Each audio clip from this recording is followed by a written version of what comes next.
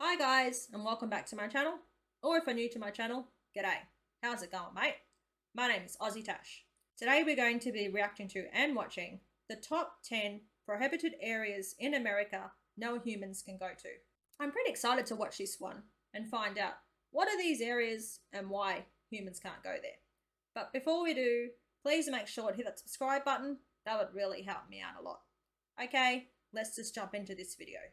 There's no doubt in my mind that there are all kinds of secret projects and places hidden all over the United States. Although we may know where they are, no matter how hard you try, there's no chance you'll be finding out what goes on at these locations anytime soon. Today we're counting down the top 10 prohibited areas in America no human can enter. Make sure you head over to the comments and let me know which place on the list you want to visit the most and which place you would never even think of going. At number 10, Bohemian Grove. The only way you're getting to this super exclusive club is if you're a very powerful man. Bohemian Grove is a private club for the most powerful men in the US, located on a restricted 2,700-acre campground on Bohemian Ave in Monte Rio, California. Every July, its members travel to the grounds for a 2-week retreat to relax and specifically not network. There is little known about what happens during the retreat. One thing powerful men are good at is keeping things hidden. The club's all-male membership includes many artists, musicians, prominent business leaders, government officials, former presidents, and senior media executives. Members are also allowed to bring guests and even rent out the grounds for its off-season private events.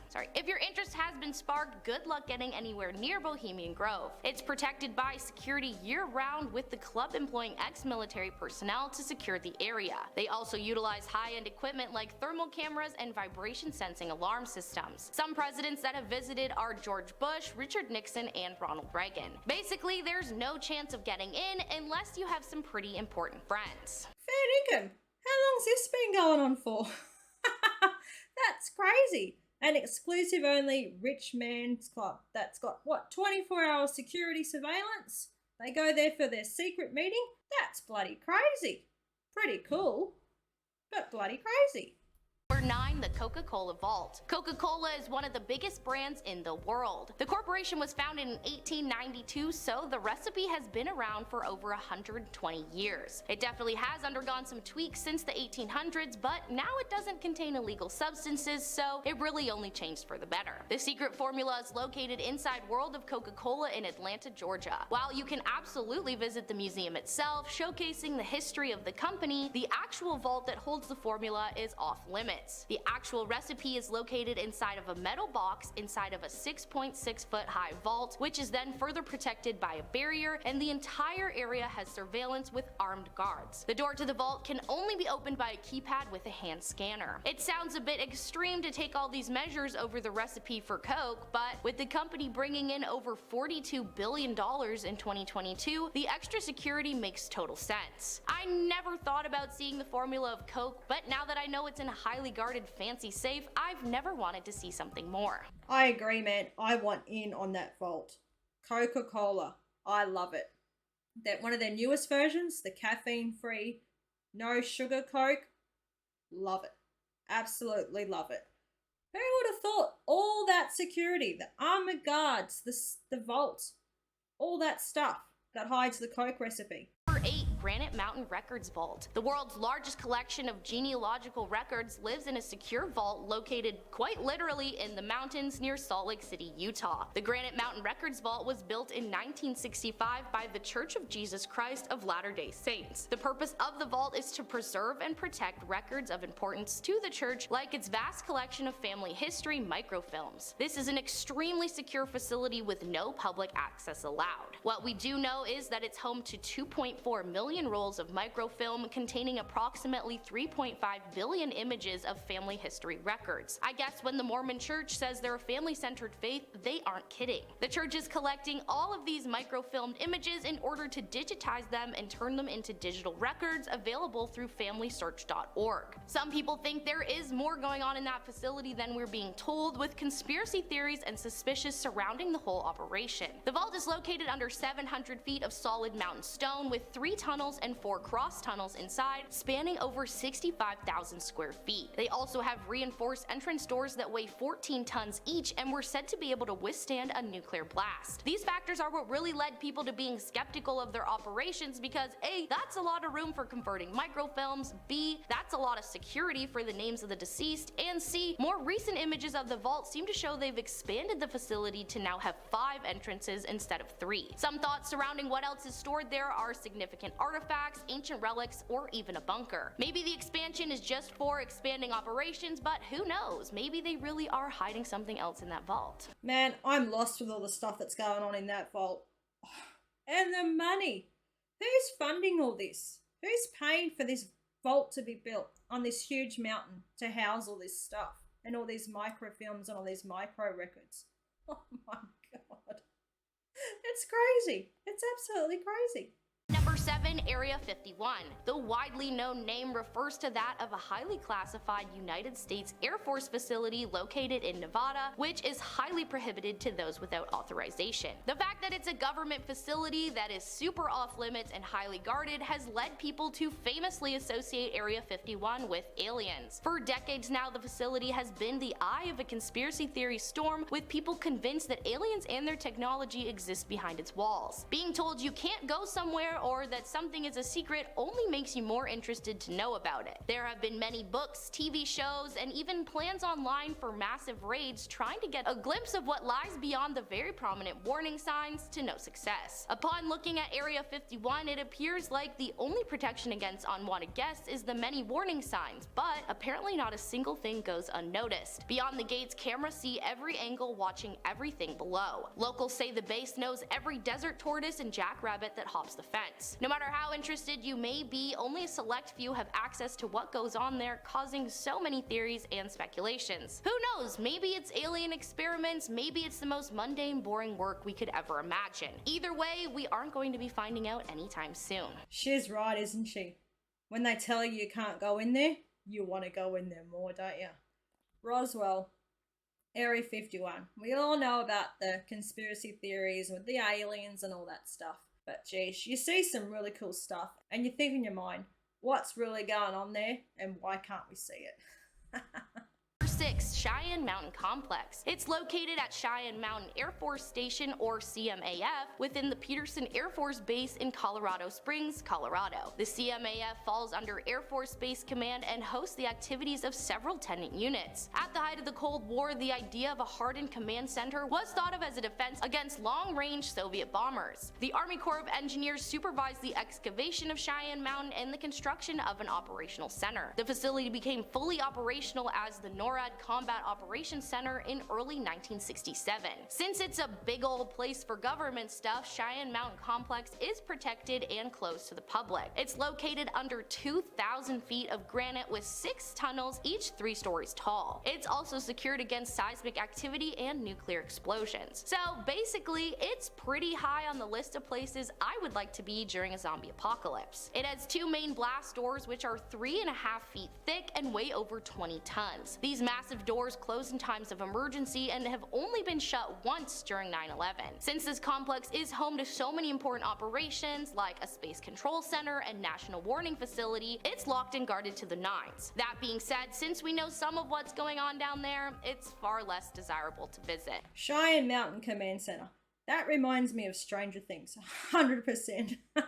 All the stuff that was going on in Stranger Things in that laboratory, that's what's going on in that place. Number 5. Tillamook Rock Lighthouse. Located on the northern Oregon coast of the United States, also known as Terrible Tilly or just Tilly, this is one lighthouse that you can't visit. Tilly gained its nickname from the ferocious storms and difficulties facing the lighthouse keepers. Tillamook Rock rises nearly 100 feet from the sea and is located 20 miles south of the mouth of the Columbian River. Building the lighthouse in the first place was rough. The first person hired to take on the project was master mason and lighthouse builder John Truavis. Unfortunately, Unfortunately, John ended up being swept out to sea after falling off the rock before he could get far. After this incident, craftsmen were reluctant to work on the lighthouse, but construction foreman Charles Ballantyne stepped up with a crew of 8. Once on the rock, the men worked under horrible conditions. One day, the wind was so bad it swept away their supply house and left workers stranded for 16 days. After preparing the rock, the construction of Tilly took over 100 days to complete. Tillamook Rock Lighthouse began operations in January 1881.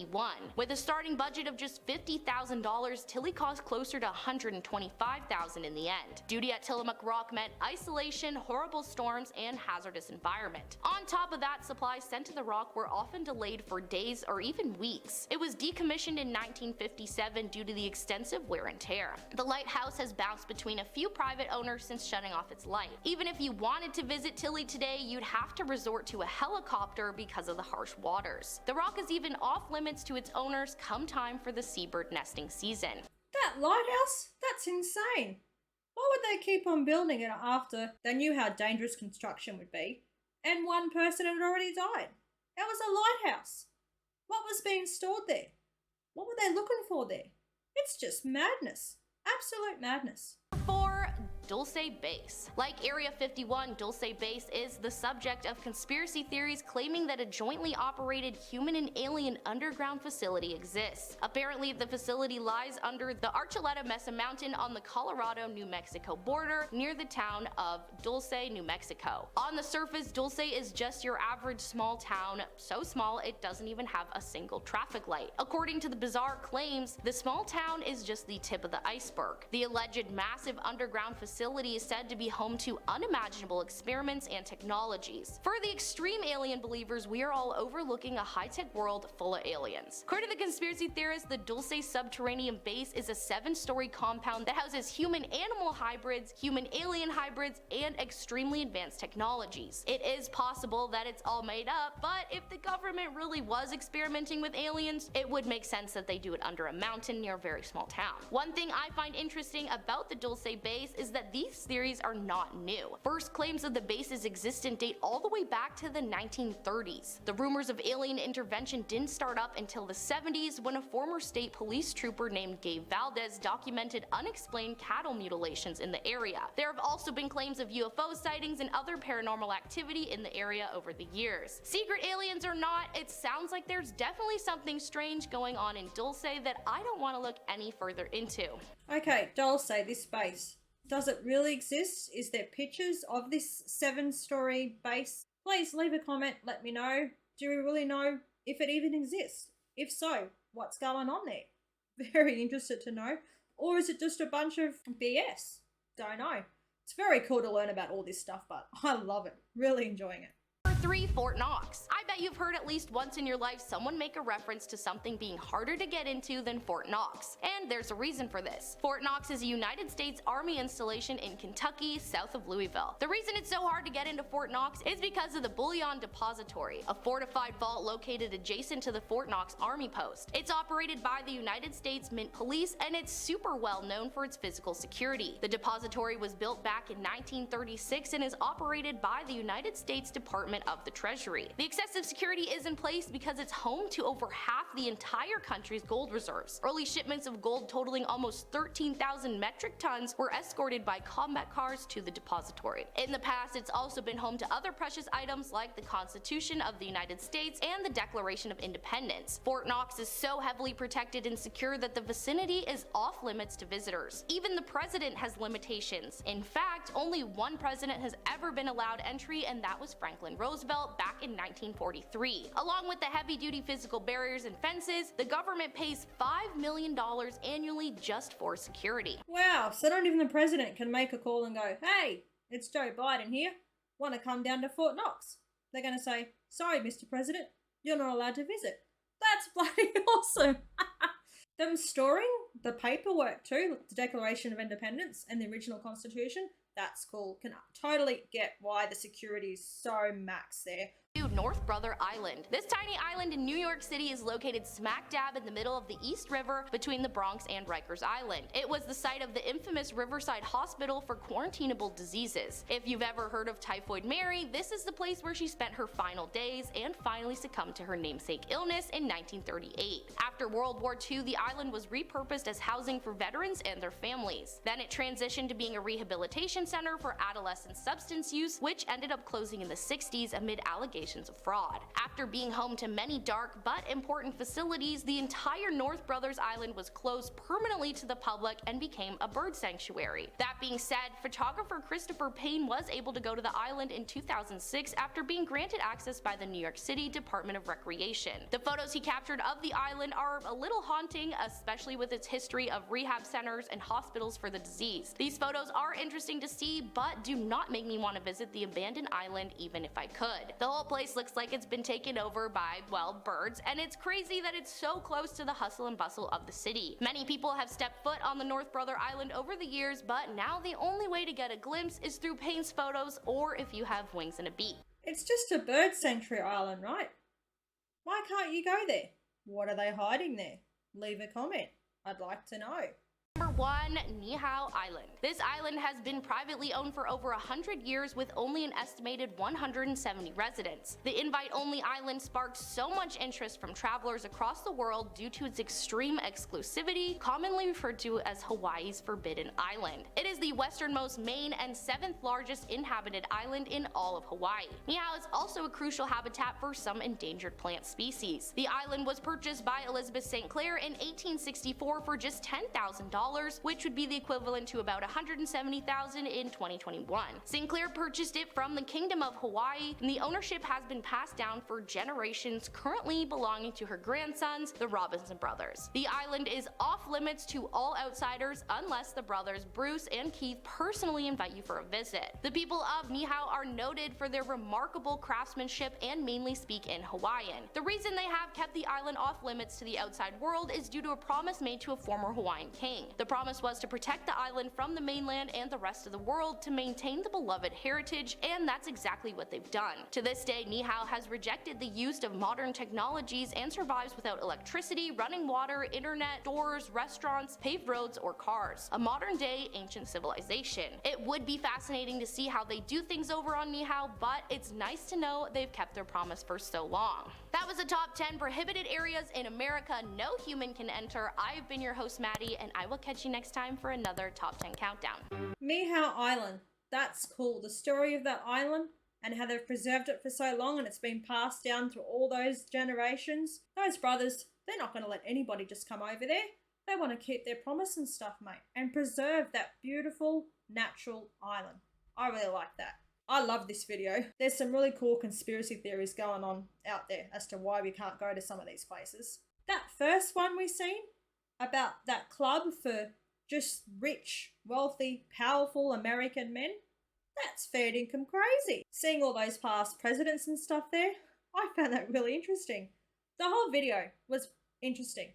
Fantastic. I loved it. If you did, please smash the like button, leave a comment, and don't forget to subscribe. That was the video for today. Cheers from down under. Bye.